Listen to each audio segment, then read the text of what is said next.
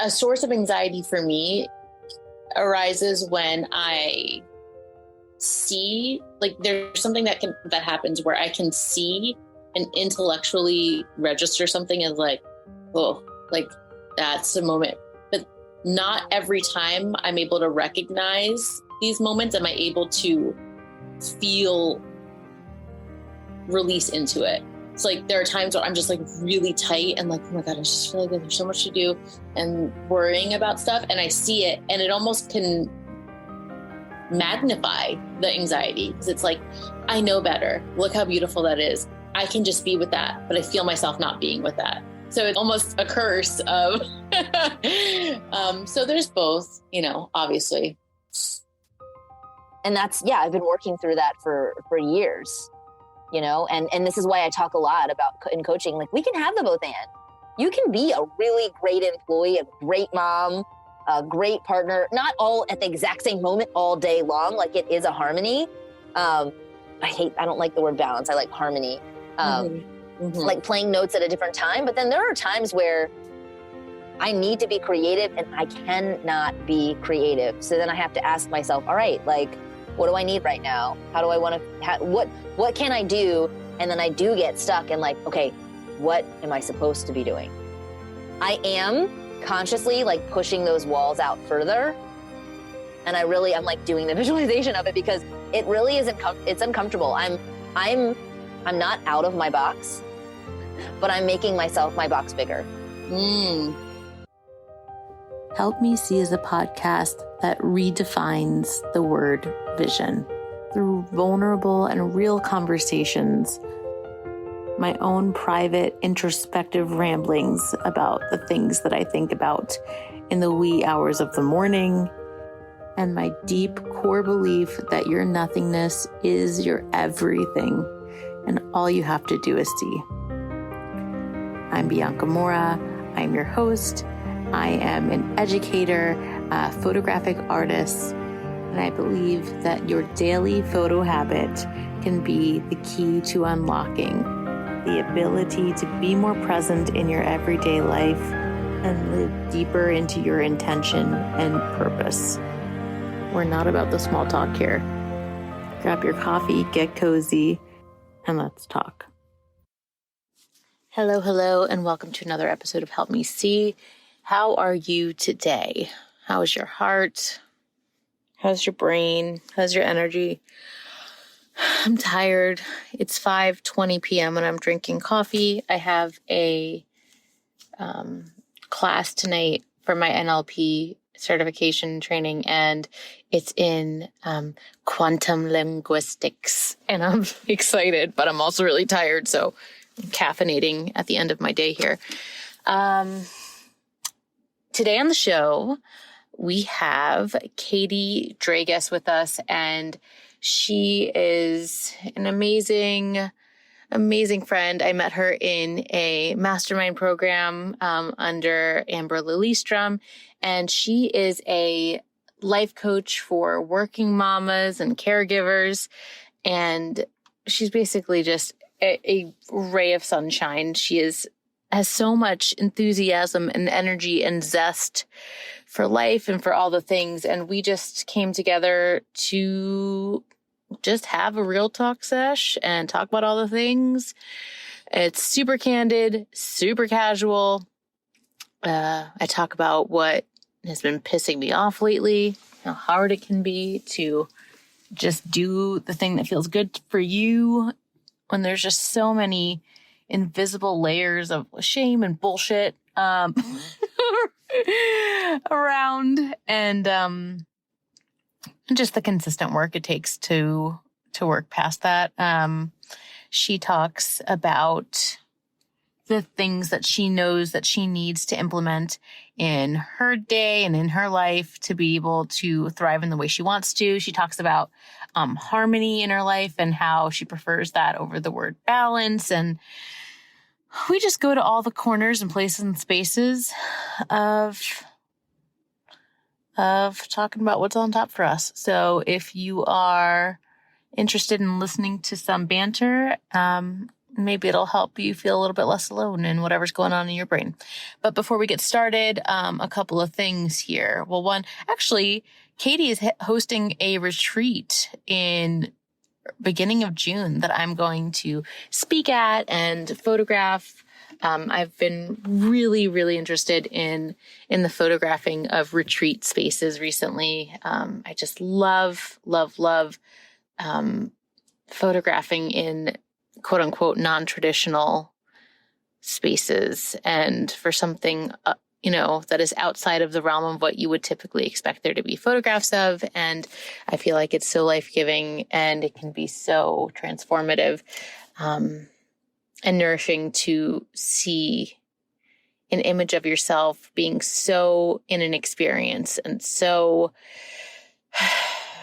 present for something, whether or not you decide you ever want to share that photograph or not. It's not the point. So anyway, I'm very excited and humbled to be doing that with her. I also have a talk coming up on Kate House's Goals with Soul Summit that is coming up. And I'm super excited about that. Kate House is the host of the Live by Design podcast. And she, oh my gosh, so many balls of sunshine. I guess she's a ball of sunshine too. She is fantastic. There is a amazing lineup of speakers. And what's so cool about this summit is that it is audio based. It is a private podcast feed. So it's really friendly for when you're on the go, you're doing all the things, you're busy, just sticking it in your ears. And she has some very thoughtfully designed PDF resources with notes and key takeaways from each of the talks going on, and just a very considered experience for who this summit is for. So if you're interested in that, I'm going to put all these links in the podcast, in the notes section of the episode. And yeah, that's it. Before we get into my fun chat with Katie, I will also mention that if you are looking for a space to finally edit those damn photos that you've been meaning to edit for weeks, months, perhaps years, that is sitting on your hard drive, that you really just want to play with and get back to the heart of spending time with photographs you love and editing them, sign up for photo yoga. I host it 12 p.m. Eastern time on Wednesdays. And you can come, ask questions. We keep it really loose in there, really loosen up our photo editing practice, talk about all the things, answer questions, whatever feels good. You can sign up for the link in the show notes for that as well. Okay. Without further ado, here is my chat with Katie. I was actually recording an interview last night, and I was like getting really paranoid because I was in my basement at home and it sounds like elephants are above me. So I had my headphones in and my earrings were clanking, and I'm like, who knows if that's going to be in the audio? I don't know. Yeah. But like the whole point too is, okay, this is saying this is working, but I don't think it is. I don't know. Well, whatever. Like it's imperfectly perfect. It's how we're just doing it, because if we waited for it to be perfect, it would never get done, like ever. I was just listening to a podcast. It's funny. I was driving, so I didn't, but I was like, I should send this to Katie, where he was talking about if you wait till you're 100% ready, it's too late. Yeah. You got it like 50 to 60%, whatever he said, do it. You just must. 100%. Look, you should see, I have questions laid out. I have questions for you. I've pulled a card. I just sent it to you guys. I've got I've got the range book. I'm like, I just like, am so excited to talk with you. And you've been recording this podcast, and I'm thinking, okay, how do I do these? And I'm like, with Bianca, it's just going to be like, let's go. Let's just. Well, it's funny because, it's fun. I mean, I usually don't have anything really prepared or questions or whatever, but last night when I was doing my podcast interview, it was the first time. Usually I'll like get on with someone and just be like, yeah, I don't know what's on top for you. Like what feels really present for you right now. and then we'll hit record. But like last night, I was like, what the fuck should we talk about? We have so much in common, and I'd never met her before. And she's like, I know, like, let's just hit record. I'm like, okay. We had actually no idea, and it went wherever it went. So yeah. And today I was like, oh, it's the same thing's going to happen. Yeah. But I'm so curious because it's funny. I've been trying to bookend my days because I'm a little bit of a workaholic because I think I've isolated the problem. I think I'm more, what's the word? I'm more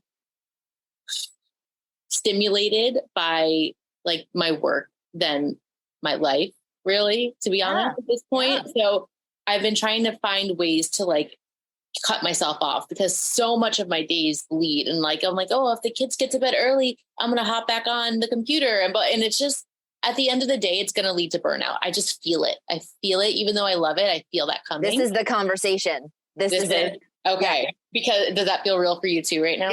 My gut dropped. Oh, yeah. So it's funny because I guess just then knowing that resonated, a little backtrack is that like the last couple weeks, I have felt so deeply tired that I kept looking to rationalize it. And I'm like, oh, I was traveling a lot and whatever, but like so tired. I even took a pregnancy test. I know I'm not pregnant. I knew I wasn't pregnant, but like bone tired. Yeah. And I was like, oh shit, I might be, is this what burnout feels like?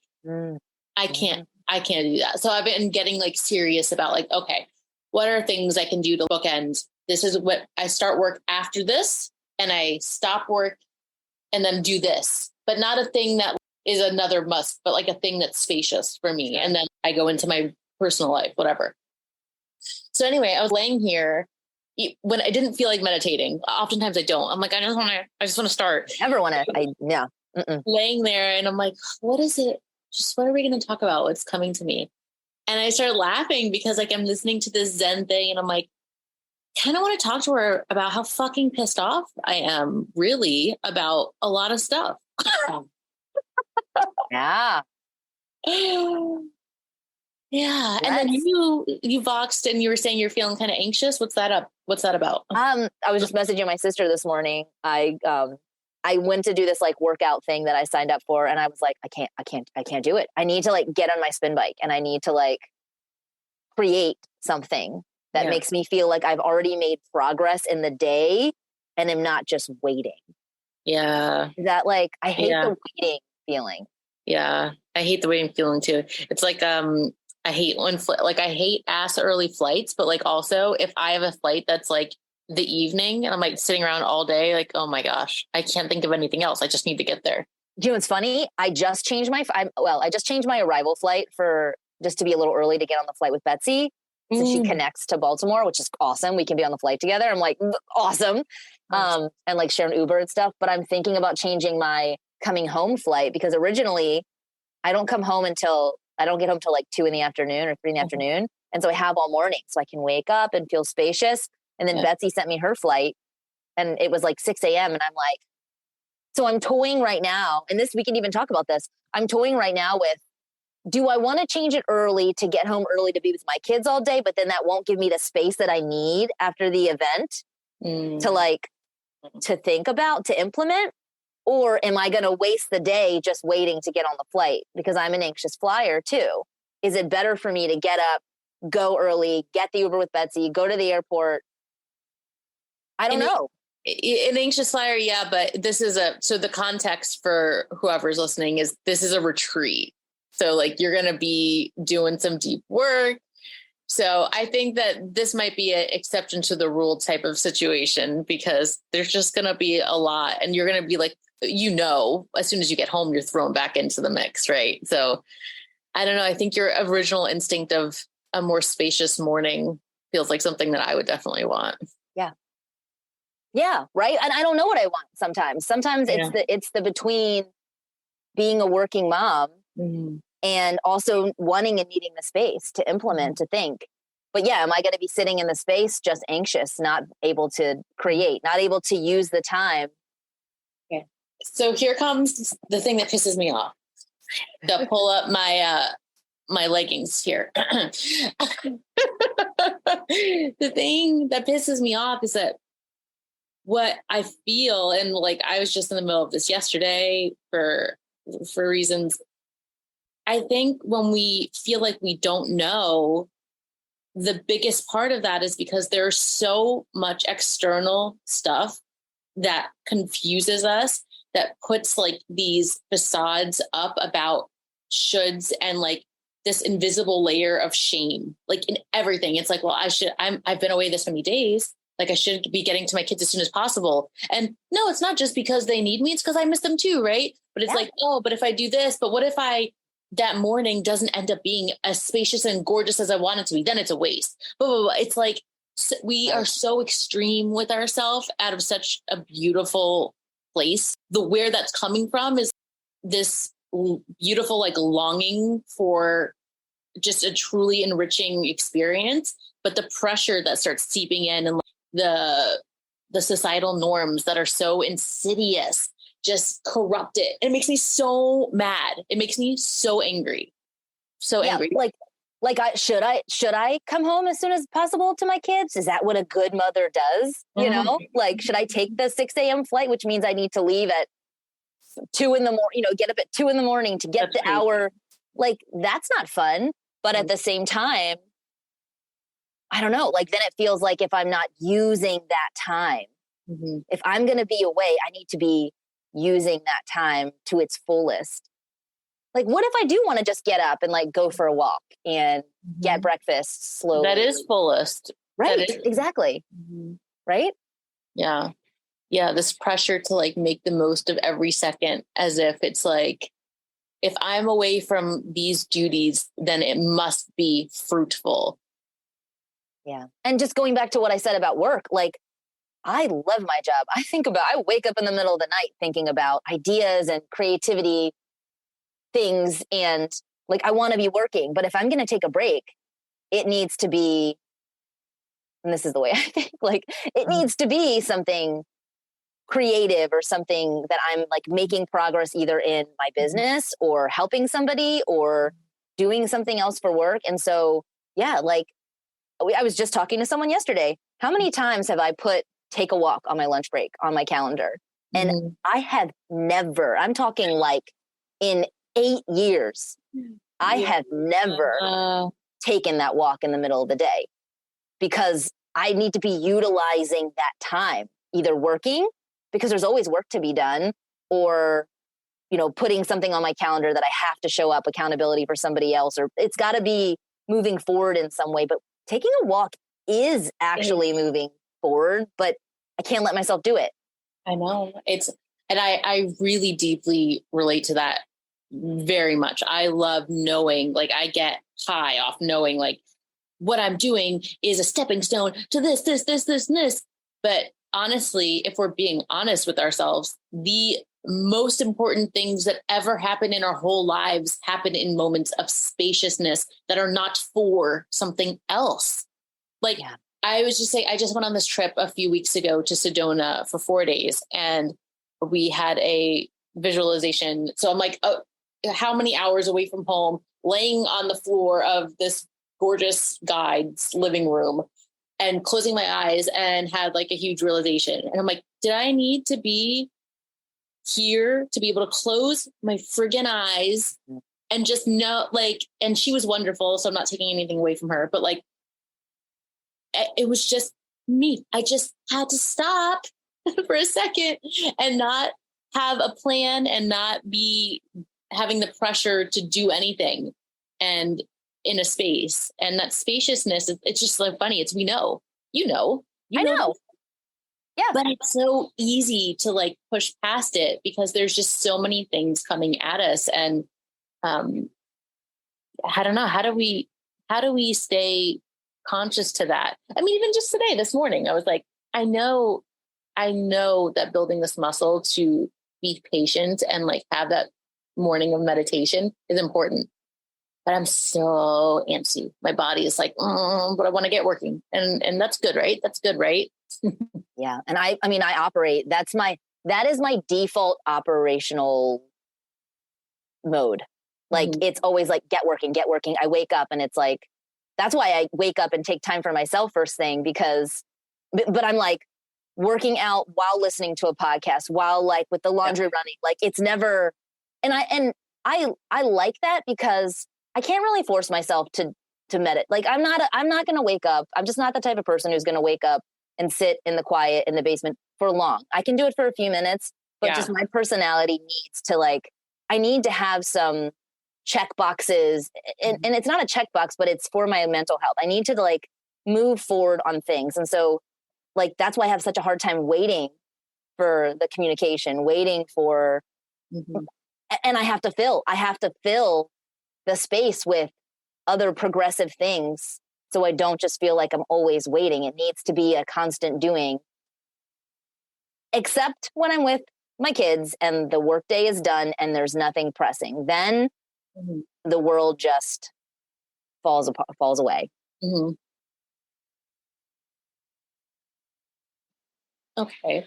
So when you're with your kids, like, can you like describe that a little bit more? Can you like go into that? Because your face changed, your body changed. Like what is that feeling? And what is that feeling? They require so much from me in the season right now. I mean, it's the constant mom, but they're 6 and 8 right now. And the things they're telling me about are really cool, interesting things that I'm interested in. I take the space for myself in the morning. I love having a really, productive day. And then when I get home, I'm not the whole evening, not every second of the evening, but in those moments when I'm with them and they're telling me something, just the way their faces light up, I want to be present for those moments. And it's important to me that I am, and it's important to them when I am. And I know when I'm not, and I'll say to them, look, guys, I have so many things on my mind right now. Can we come back to this in a few minutes? Or let's get your shoes on first, and then we'll talk about that when we get in the car. And those are the magical moments that I remember from being a kid.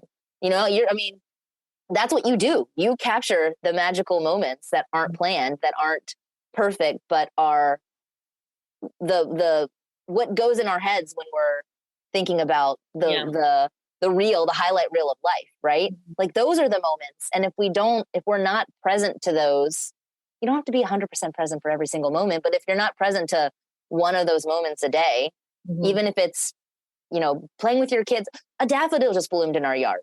Like that is the most exciting thing in the world to a 6-year-old right now. And we're rushing out the door, and we paused for a minute to look at the daffodil, and it was awesome. Do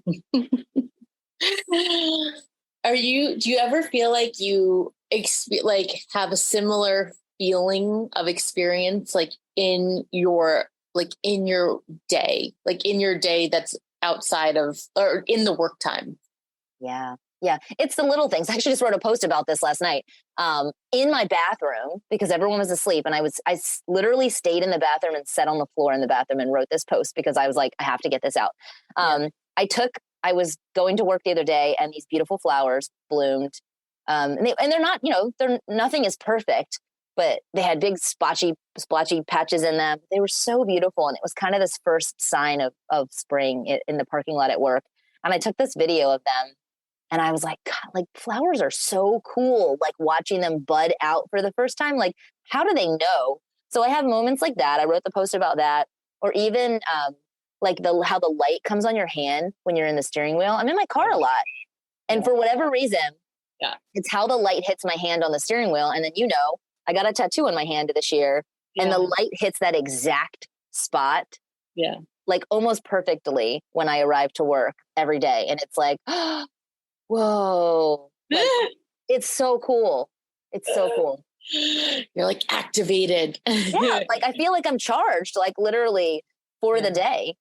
And it happens almost every single day. And I'm present to it. I notice it, but I could easily just not notice it. Yeah. Yeah. What about you? Because this is what you do. Yeah, it's funny because oftentimes a source of anxiety for me arises when I see, like, there's something that happens where I can see and intellectually register something as like, oh, like that's the moment. But not every time I'm able to recognize these moments? Am I able to feel like release into it? It's like there are times where I'm just like really tight and like, oh my God, I just feel like there's so much to do and just like worrying about stuff. And I see it and it almost can magnify like the anxiety because it's like, I know better. Look how beautiful that is. I can just be with that, but I feel myself not being with that. So it's like almost a curse of, so there's both, you know, obviously. Yeah. I mean, we can't walk around all day. Like, look, we're passionate people who have kids who, you know, we're still like wiping butts and doing, you know, the day-to-day, like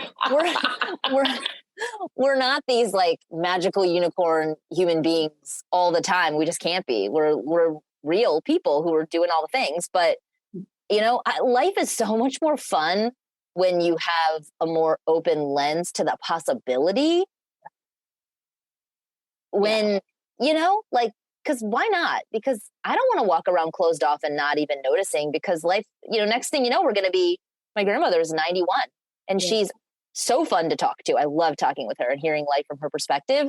But yeah, like, you know, we're going to be 91 tomorrow and it's going to be like, man, did I stop enough and just take a breath? I don't need to do an hour meditation, but did I take a breath and like feel the air in my lungs? Yeah, it's like, and that openness is so essential. But the thing that I started off thinking about that was pissing me off is like how, at this point in my journey, how hard it can be to stay in that relaxed, open state. Like, can you think about all the things? It's like you make these decisions that you know in your gut is for you and like the life you want to live. But like being able to make intentional decisions that maybe go against norms is so much harder than it should be, or can be so much harder than it should be. Like I think about the example of how like even when you buy a house, like if you have a full-time job, it's so easy. But if you are a full-time entrepreneur, it's like, oh, well, we're going to need this, this, and this. Like it's not reliable, as if you cannot get fired tomorrow from any job ever. And like, it could be argued that the entrepreneur could way more quickly pivot. You know what I mean? Like, it's just, there's just so many things that are built into our system that make us feel shame for not having the more reliable, dependable, blah, blah, blah, blah, blah. My kid yesterday, I was like a mess because he got one of his assessments back and he was below average in everything. Okay. And I'm like looking at this thing and it's funny because I feel like two people. One part of me is like totally grounded and I'm like, this is fine. This is like, I know how to take it with a grain of salt. And the other part of me is like panicked because like I was token like overachiever in school and also like just worried that I'm like not doing right by him in whatever way. And I'm looking at the sheet and I like flat out know that like half of the sheet or more I've seen him do. And it's like, did he just not do it on this day? Or is he, more importantly, is he just in a pattern of not displaying that in this space because this is not the right space for him? And then I'm looking at Montessori schools and I'm like, it's so expensive. Why is it so hard to do something that feels so much more right? Freaking like just like even like organic food. And like, there's just so many layers of like resistance that pop up for when you're just trying to move with your gut and do the things that feel right for yourself. But it's hard enough to like realize that those are options for you. Yeah. That's the biggest thing is like even realizing, oh, wait a minute.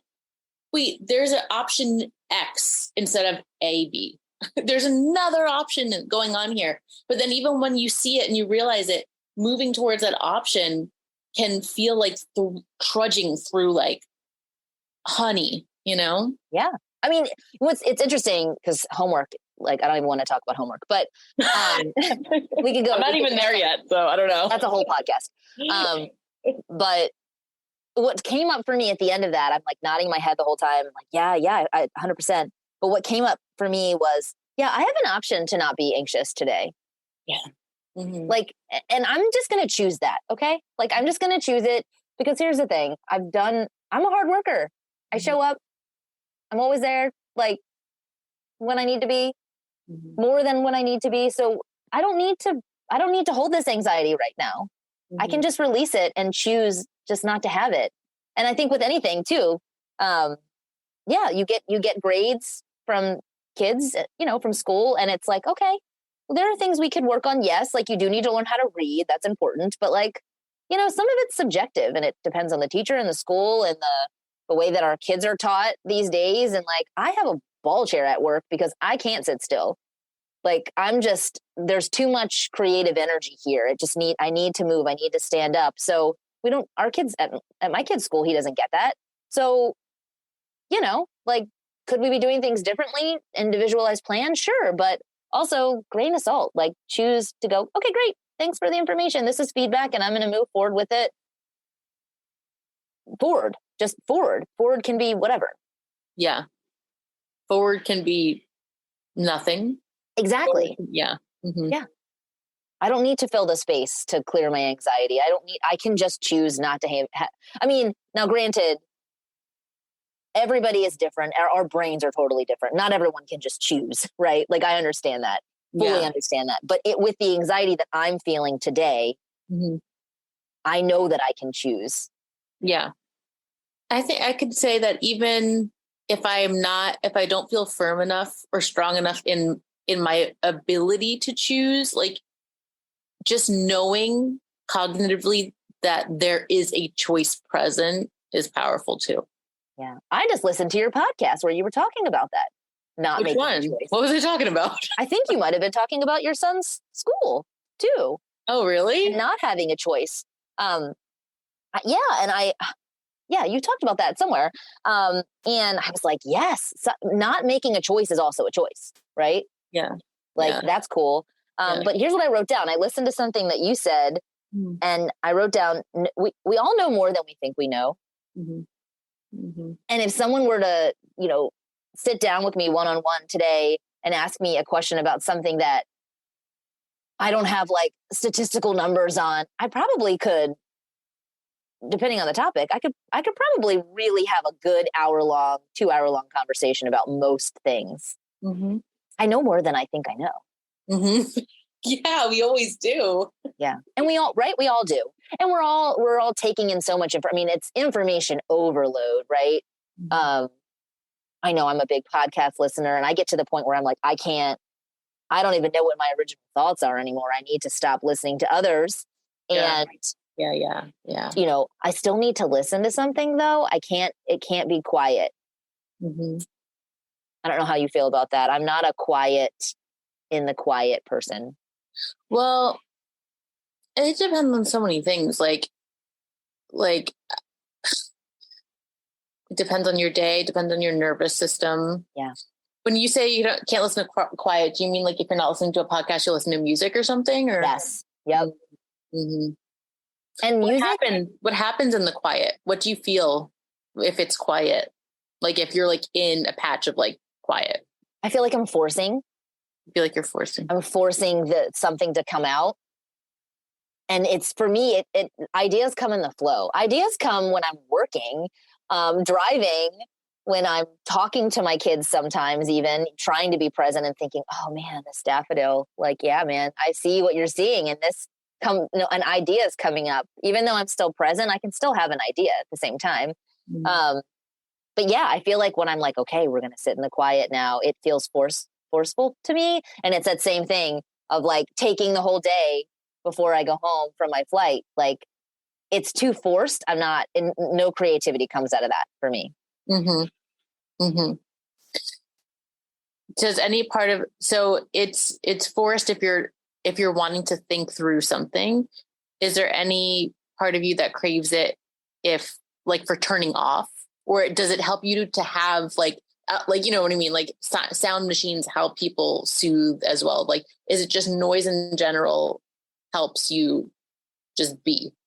Yeah, I think during the day. At night, I'm totally quiet. I need quiet to go to sleep, to turn off, which is interesting.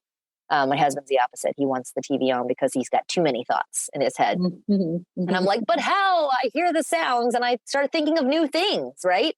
Oh my I'm God. stimulated by new ideas. I need it to be just done. I need to be done. I think it does depend on the person, on the day.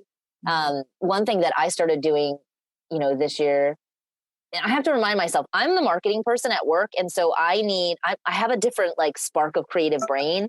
And so, I might need that walk. Someone I work with might need that walk for a totally different reason. Maybe they need to get out of the chaos happening and they need that lunch break to go for a walk, but I need that walk maybe before the lunch break period to like spark something I'm writing.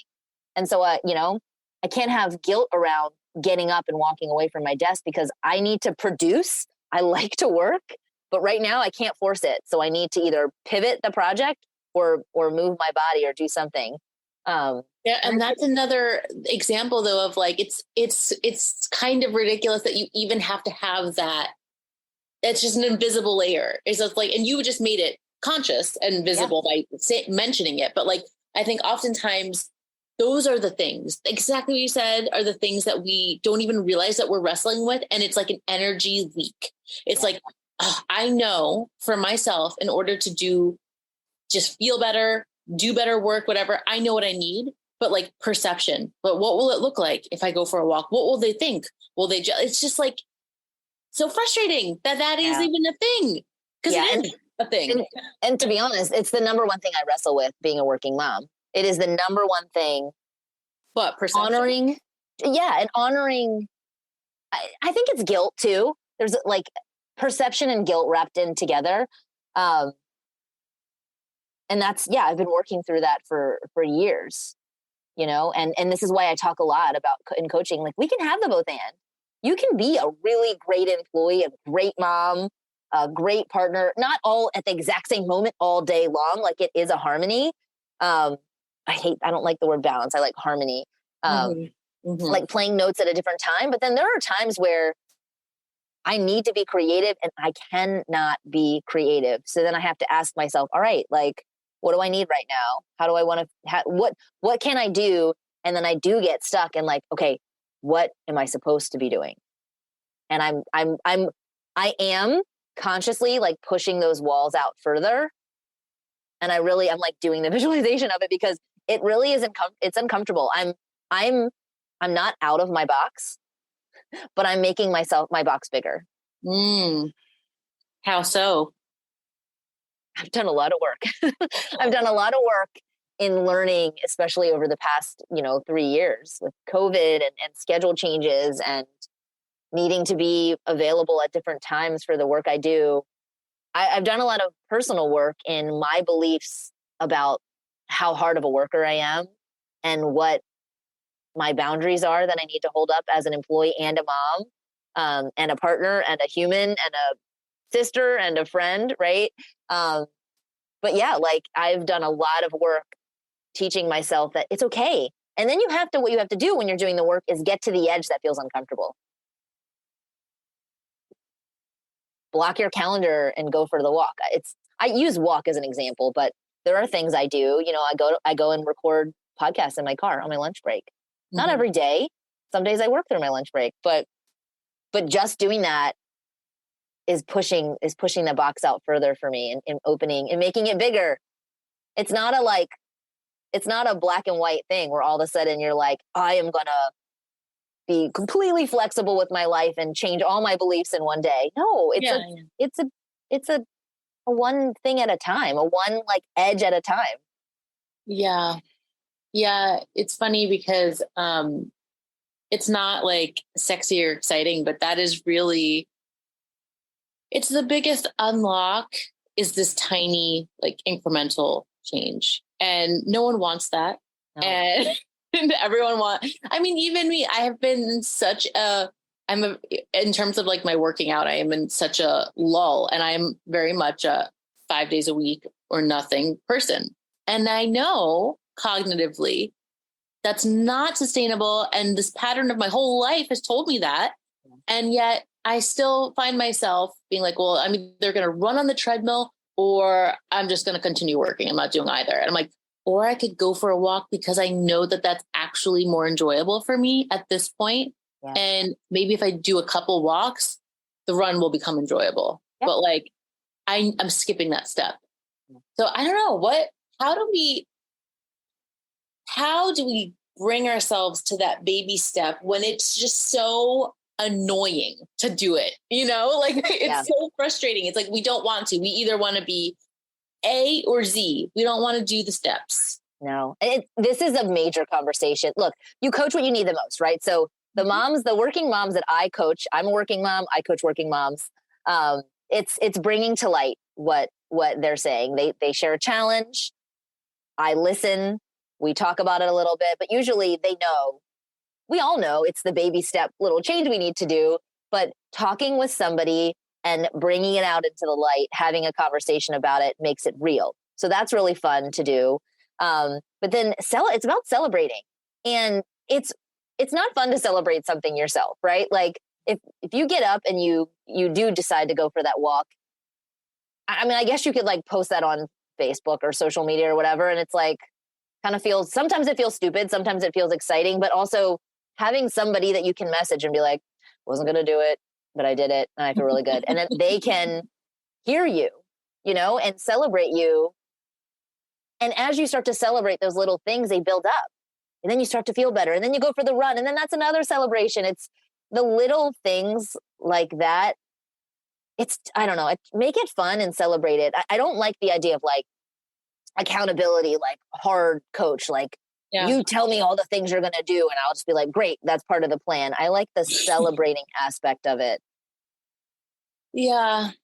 Does that excite you or does that exhaust you? I can see you're like, No, it does. It's funny. It's just making me think about, I actually had a segue of like this conversation with someone else the other night. And we were talking about how impactful it is to have the right person to just share that space with, and how even though we love our families and our friends so much, there are times where I'll go to share something and just 3 words into it, judging by the fate, I'm like, all the energy leaves my body. And I'm like, why?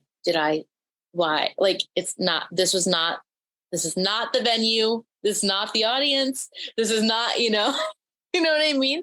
So I think that it's just really important to find clarity and feel your way to knowing who is a person to share that particular part of your life with. Like, listen, I met Giselle and our friend Bree through the first program I ever did my whole life, like this. And it was like a year and a half, 2 years ago.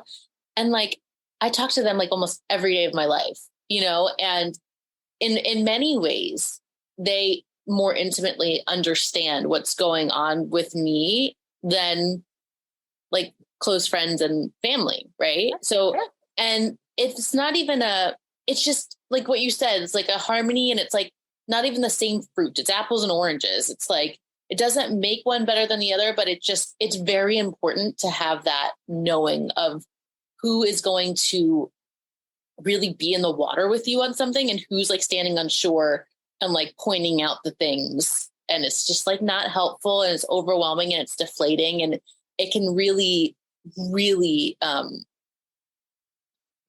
kind of throw some more extra obstacles your way that you weren't really needing. Yeah. 100%.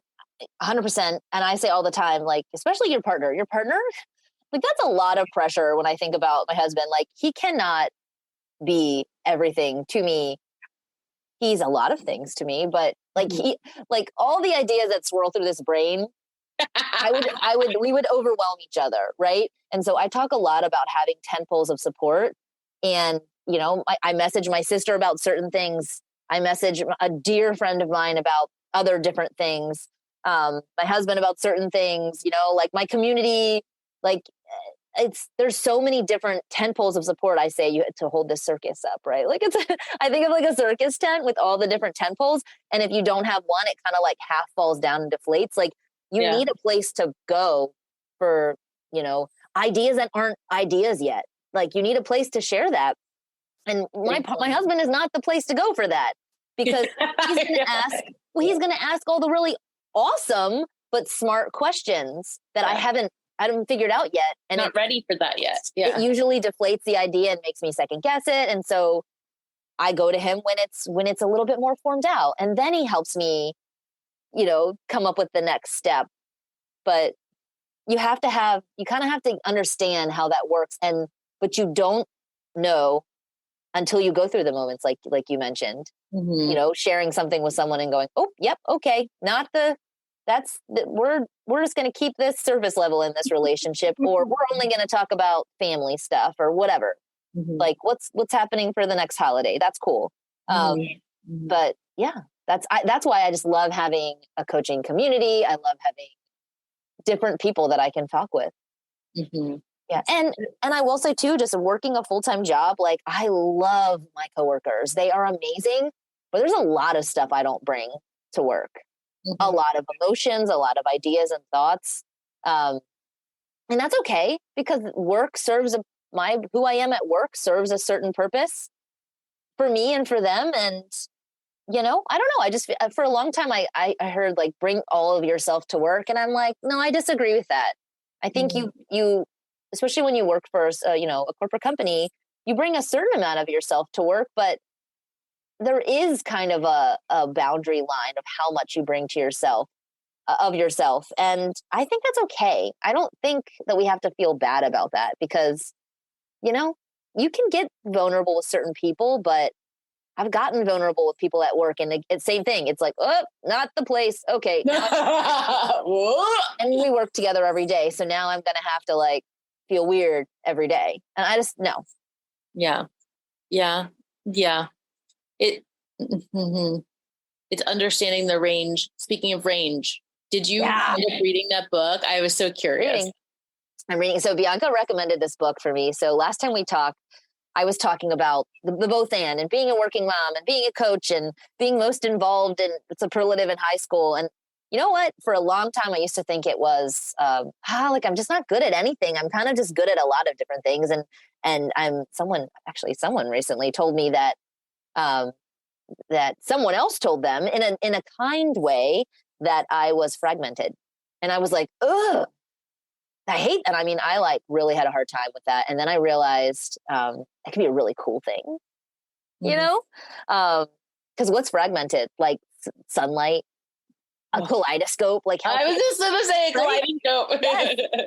And so anyway, you recommended this book, and it's called Range by David Epstein. And it's Why Generalists Triumph in a Specialized World. And I'm like, I certainly I specialize in certain things like marketing and coaching and, helping you like recharge your energy. But I love this idea, and I love reframing concepts. Something that you thought was negative in your life. I talk with moms about this all the time.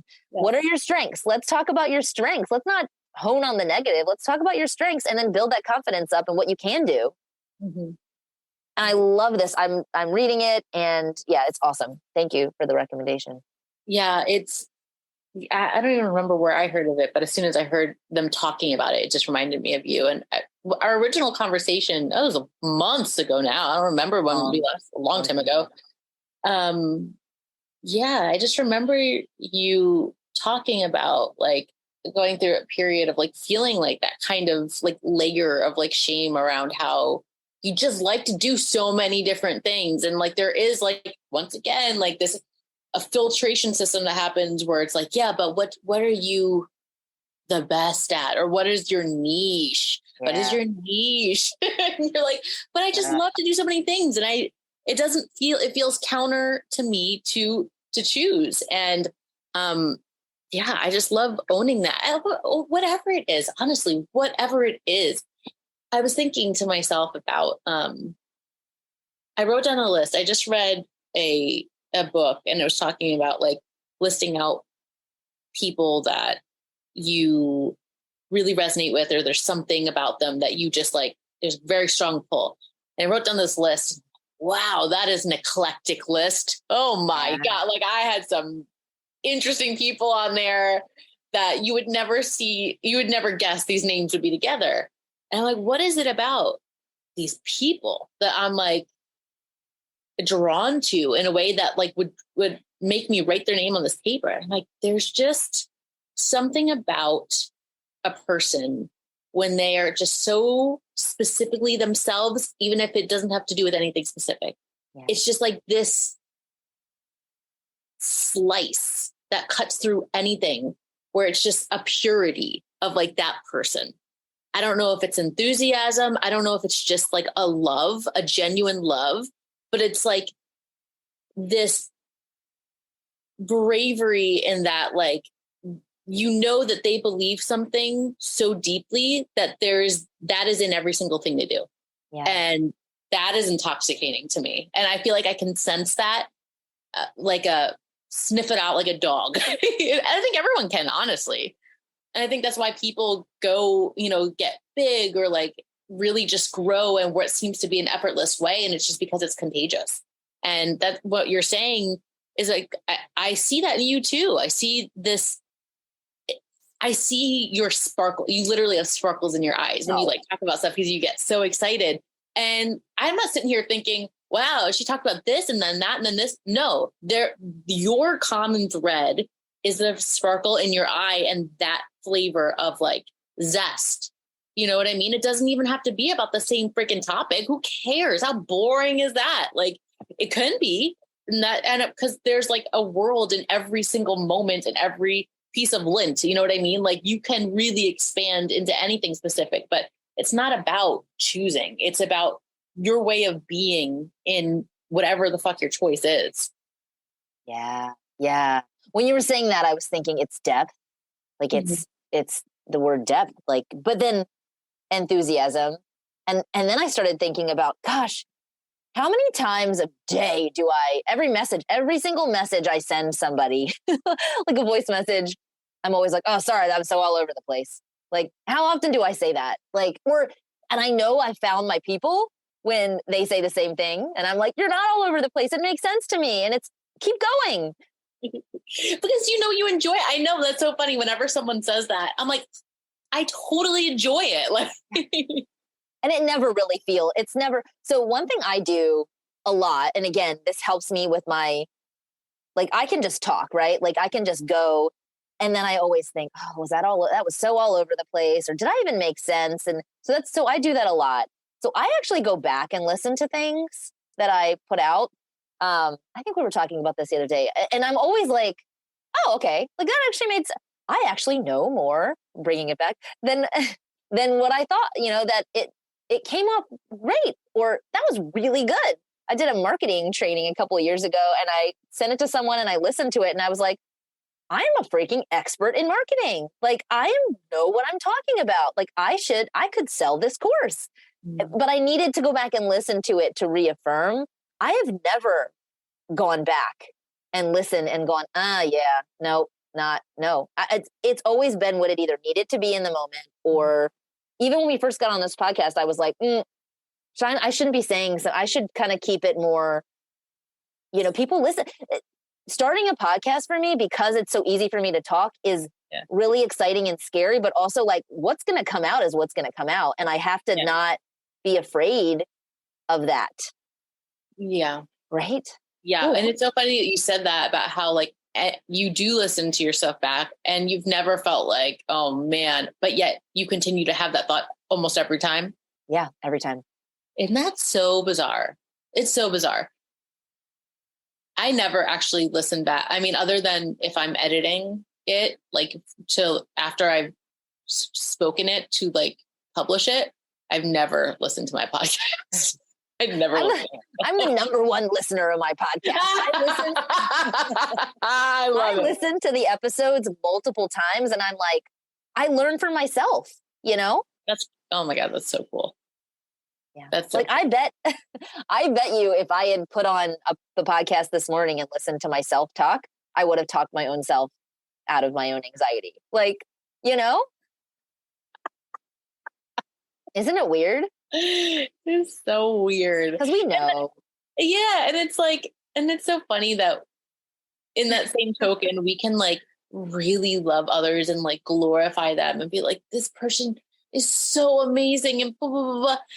And the cold, hard facts of the matter is whatever you're in love with about them is because you already are that. Yeah. And not in a woo way, in a real way, because you can only recognize something about someone else because you have it inside of you. But like, it's so easy to ignore that and to like focus it on your recognition of it on someone else. But like, ooh, like that feels like a pause moment. Like, ooh, right?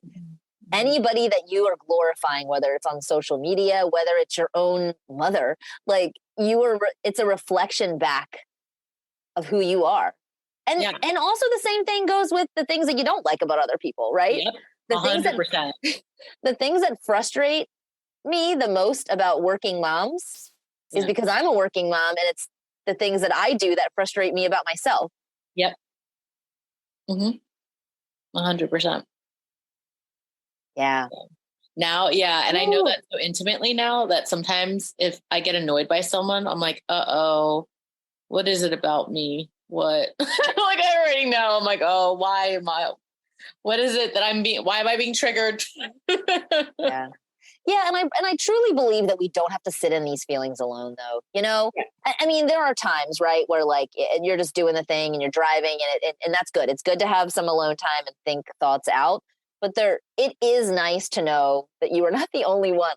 Other people are feeling the same way. And just sometimes the validation of, you don't need to go into like the whole story, but just hey, I'm feeling this way because of this. And then 9 times out of 10, you know, if it's the right person, it's like, you're everyone else, you're human. Yep. You're not alone. Yep. It's so true. And honestly, I sometimes I think about how even if like the most comforting thing is to hear that someone else shares that experience, and 9 times out of 10 there is that. But then I think about even if someone doesn't, even if you cannot find someone that relates and you do feel like, oh my, like you're on an island, like I just think about all of the best things in life that have occurred because someone was the first to freaking admit something. Yeah. I was thinking about this exact concept this morning in the shower. How funny. So have you seen that video of it's like a concert and everyone's sitting down and this one like dude gets up and starts dancing, like crazy dancing, super fun. And it's a social experiment. And I got to send it to you. We'll see if we can find it and put it in the show notes. And then, you know, time goes by. He's the only one dancing. Like, look at this weirdo dancing. And then someone else gets up and starts dancing with him. And once the second person gets up, the whole crowd gets up. And so the question is, who's the brave person here? Who's the change maker? Well, the answer is it's the second person, not the first guy, even though he's the first one doing it. It's the second person because they are, you know, edifying by getting up with him that, okay, like this is something fun. Let's do this together. Like, let's create some change here. And the second guy is the one that actually takes the bigger risk by getting up and joining him. And so, like be the first one to do it. But if you see something out in the world that you're like, I am inspired by that. The first is scary, no doubt.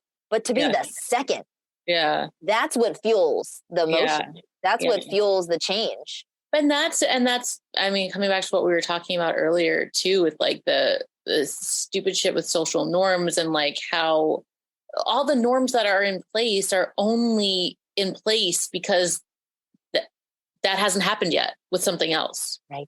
Yet. What if we all just started taking our lunch break walks? Like, can we start a like hashtag, like take your lunch break walk and like, do it? 20 years from now, or 20, like 50 years from now, like they're going to be working 3-day work weeks and be like, wow, those people really missed out and worked 5 days a week of their lives. No, right? Yeah. And we've made so much progress. I mean, there has been so much progression in so many ways, but also not, right? Like in all sorts of, I mean, we could go forever. But it does start with one person, and then 2, and then, you know, like there really is opportunity to make change. And that's why I want to have these conversations. Yeah. And I think that what's important too, and why I'm glad that we just like started talking and with no game plan, is that like normalizing that is so important. Like normalizing, like to not feel like comforted by the fact that like, okay, I have my bases covered. I have my plan. I have research and I have proof. And only now may I open my mouth and say what I feel. It's just building that safety net for yourself not only slows down the progression of your truth, but it also inhibits other people from that contagious feeling of freedom and not aloneness and whatever as well. You can't wait until you're 100% ready to do anything, or else you wouldn't do it. Having kids, buying a house, going to college, like what would you would do nothing if you always had to be 100% ready, because no one's ever 100% ready. No, and that's how I feel. I feel about the podcast. I wanted to do it for so long. Mm-hmm. I piecemealed all the different pieces of it until it was like the next thing to do is actually just do it. Yeah. But like, I don't have a song. I don't have an intro. Guess what? Like, just either make progress on those things or just do it and let it be what it needs to be right now. And it'll evolve. Like once you start practicing something, like anything, I talk a lot with moms about, positive daily habits, which is so surface level, but like we talked about, it's not, because it starts with the smaller thing starts with the lunchtime walk to get to the lunchtime run to get to the whatever. And so we start there because you build your confidence that way. And I don't even know where I was going with that, but like, shoot, what were we talking about? But you can never make change unless you start somewhere. You have to start somewhere. And so, we start with, okay, let's talk about a small little thing that you're challenged with. Okay, great. First baby step. Okay, great. Next baby step. Like, and then it grows into a bigger thing. But like it's not, the small step is harder sometimes than the bigger step, because once you start doing, you build a momentum, mm-hmm. and then it becomes easier. Mm-hmm. Mm-hmm. Yeah. And then the last part of it, the thing that we really don't want to hear is like, by the end of it, that big step, that big accomplishment, once you do all those little steps, it doesn't feel as big as it ever felt before. It's like, oh, well, of course. And it's not about finally achieving it. That's wonderful, but it's not even about that. It's about your experience and what you learned and who you are now because of every tiny baby step. So it's just so funny that we don't want to do that one. I don't want to take that one. I just want to get over there. But really, even if you could magically close your eyes and hop, it would be of no service to you. Nope. Yeah. Nope. I mean, it's I've done a lot of races. It's not the running through the finish line and getting the medal that kind of sucks. Honestly, mm-hmm. It's not fun. You're like, that's it.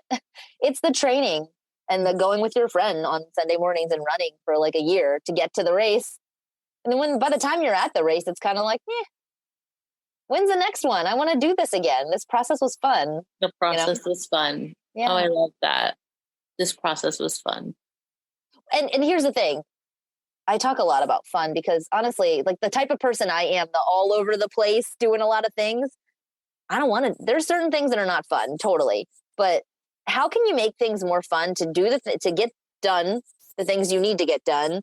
But also, like, if I'm not having fun, I'm not doing it right. So if I'm just constantly in a state of like, this sucks, maybe you need to move on from that thing or that person, or maybe you're putting too many things on your calendar and you need to like take a step back and take everything off and then reassess from there. How can I build in more fun? Yeah. Yeah. It's that whole idea of like, if this was the last day of your life, like, what would you feel about it? Like, are you doing something that you feel good about? And if fun is not the word, 'cause I'm someone who, like, oddly enough, and I've struggled with this, but I own it now. For some reason, I don't resonate with the word fun. I don't know what it is. I can see on your face. I was like, no, I don't know what it is. But I think that it's like, it's not that I don't, it's that I think my version of it, I feel like there's a different word for it. Just like you like harmony over balance. Like, it's just like, whatever. So I think sometimes people can like hear something like that and be like, well, I'm just not a fun person. I mean, no, that's not, right. It's just whatever word is the thing that like feels like home to you and feels like this is good in my body and in my life. Like, then that's what it is for you. And that needs to be infused in your everyday. That cannot be a reward. Fun cannot be a reward for working hard in your life. Fun needs to be the thing that happens always first before you're able to like actually, have a full cup to work from. Like, yeah. And if it's whatever it is, whether it's fun, enthusiasm, passion, whatever it is, that's what's gonna, that like through line, right, is gonna, in everything you do, is gonna fuel you to keep going. 100%. Yeah. Yeah. Ooh, we can talk for ever. We're at the hour. That flew by. Kate, okay. Well, we'll put everything in the show notes. We'll put everything in the show notes. So just, it's been awesome talking with you. And I think when you do find people that you can just easily talk with, like note that, right? Like, oh, that person, fills my cup in some way. How do they make me feel? And just the conversations with you are always so fun and real. And even now I'm like, ooh, I got to go back and listen to this because I'm sure I said some things that like might be like, would I have said that differently? Or should I have said that differently? Or did I say too much? But that's why we're here too. Right. It's so funny because most oftentimes like those things that do give you pause, that'll be the thing that someone messages like, I needed to hear that. Yeah. Oh my gosh, because they heard it because it wasn't in the most polished way. Like if it was more polished or if it was more articulate, like maybe they wouldn't have heard it. You know what I mean? So I don't know. Yeah. I know I don't ever listen back, so I won't know. Let me know. Let me know. I will let you know. I'm just so honored to be connected with you and all the things that you do. And like you said, you'll put everything in the show notes of all the cool things that you do in your podcast and my podcast. And let's just continue. Let's continue. I'm committed to continuing having real conversations that are at the edge of my comfort zone. And like you said too, hopefully there was something in here that for those listening that kind of made you pause. There were a lot of moments that made me pause a lot. Yeah. No, thank you, Katie. Thank you so much for showing up as all of you, as always. Thank you to you. If you enjoyed this episode and want to get in on actual conversations with me, join the Help Me See podcast private Facebook group. Every Friday at 12 p.m. Eastern Time, I'll be hopping on live for Q&A on the latest episode and for free consulting if you need a bit of help thinking about ways to save your memories. Did you get something out of this episode? I really, really, really hope you did, and I would love to hear from you. I'm on a mission to empower you to feel peace knowing that you are not missing your life. One of the best ways that you can support me is leaving a review, and honestly, I'd rather hear about the memory you saved because of this podcast rather than any kind of accolade. Tell me how this podcast has impacted you, and 1, I'll probably cry. And 2, I'd love to give you a shout out on the show. Take a minute and head out to the link in the bio to write a review now on the podcast.